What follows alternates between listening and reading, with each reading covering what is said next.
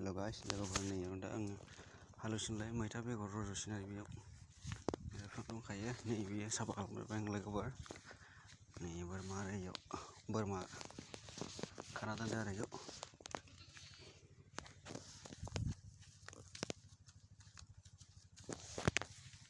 बेयाव हालेवनो थांनोसै आं लोगोफोर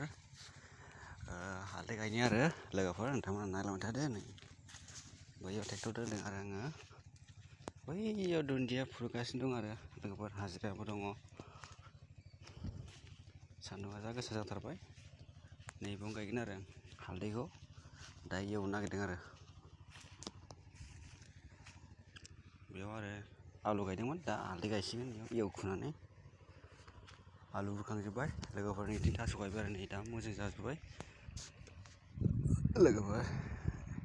चेनेलाव दोनबा चेनेलखौ साबसक्राइब खालामना लायदो आरो लाइक खालामना होदो लोगोफोर बेनो आरो ट्रेक्टर हेन्ड ट्रेक्टर लोगोफोर नोंथांमोना नायलांबाय थादो लोगोफोर भिडिअखौ আপোনালোকে চেনেলৰ নতুন চেনেলটো ছাবস্ক্ৰাইব কৰি দিয়ক আৰু লাইক কৰি দিয়ক শ্বেয়াৰ কৰি দিয়ক বন্ধুসকল এতিয়া মই হালদি মানে ৰুই দিম এতিয়া ট্ৰেক্টৰ হাল মাৰিম সেইটো আৰু বন্ধুসকল এইফালে তামোল বাগান অলপমান আছে আৰু অলপ ৰুই দিছিলি আগৰ দিনা বন্ধুসকল সেইটোৱে আৰু এইফালে মানে ৰুই দিছে আৰু ৰুই দিছিলি মানে এতিয়া ফাঁকা হৈছে মানে এই দুনিয়াটো এইটো উঠাই আছে বন্ধুসকল আমি এইটো এতিয়া হাল মাৰি মানে হালদি ৰুই দিব লাগে তাতে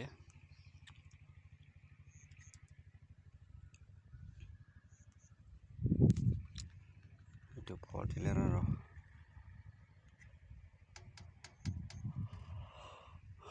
সেইটাতে বহুত লৈছে এইটো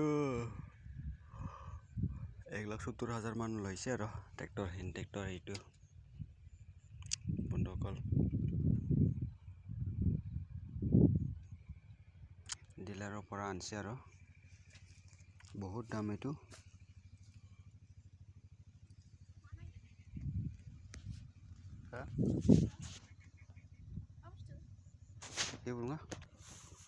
लोगोफोर नैबे थास' आरो दब्लायनैसो गायबाय जा मोजां जाबांबाय आरो नै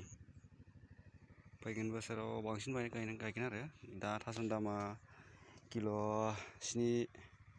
70 थांबाय जेनेबा 70 थाखा थांबाय आरो लोगोफोर नैबाव जोगोनार गायदोंमोन माखासे रज'बाय आरो माखासे रज'वाखै आरो नैबाव लोगोफोर दिनै भिडिअ बेखिनियानोमोन लोगोफोर ट्रेक्टरखौ आं स्टार्ट खालामसै लोगोफोर हेन्देल मारिनोसै आरो लोगोफोर सान्दुंबो गोसा जाबोबाय बेनो लोगोफोर हेन्देला बेनो आरो हेन्देला स्टार्ट खालामसै आरो आं लोगोफोर दिनै भिडिअ बेखिनियानोमोन আপোনালোকে চেনেলত নতুন হ'লে চেনেলটো ছাবস্ক্ৰাইব কৰি দিয়ক আৰু লাইক কৰি দিয়ক বন্ধুসকল এতিয়া মই ট্ৰেক্টৰ ষ্টাৰ্ট কৰিম মানে হাল মাৰিবৰ কাৰণে আৰু बंधुकल ये हैंडल लगाई आप लोगों ने मेरा चैनल को सब्सक्राइब कर दीजिए नया चैनल हो तो सब्सक्राइब कर दीजिए और लाइक कर दीजिए हल्दी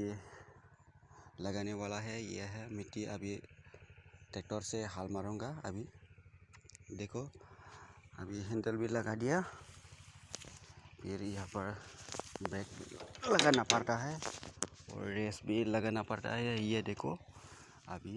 स्टार्ट करूँगा देखो स्टार्ट करने वाला है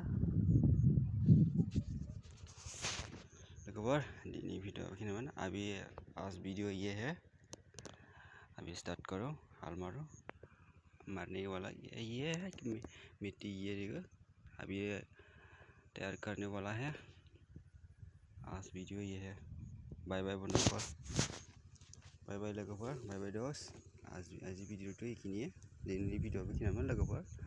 बाय बाय लोगोफोर नोंथांमोना चेनेलाव गोदान चेनेलखौ साबस्क्राइब खालामना होदो लाइक खालामना होदो लोगोफोर दिनैनि भिडिअ बेखिनियानोमोन बाय बाय लोगोफोर।